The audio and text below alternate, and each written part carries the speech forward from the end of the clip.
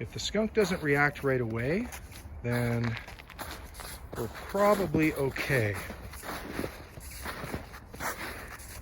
Just gonna take him for a little walk.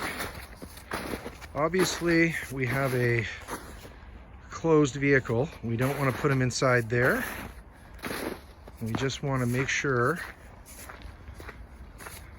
that we get him away from the house and we put him in sort of a secluded spot.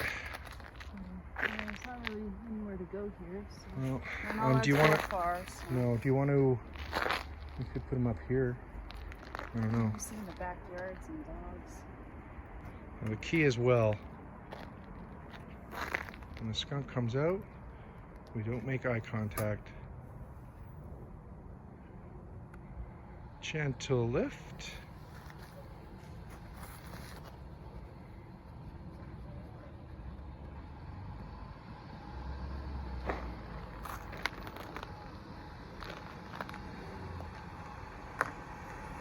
Okay, so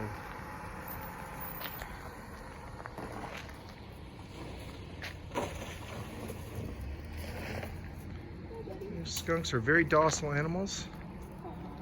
Yeah, he's probably pretty shaken up.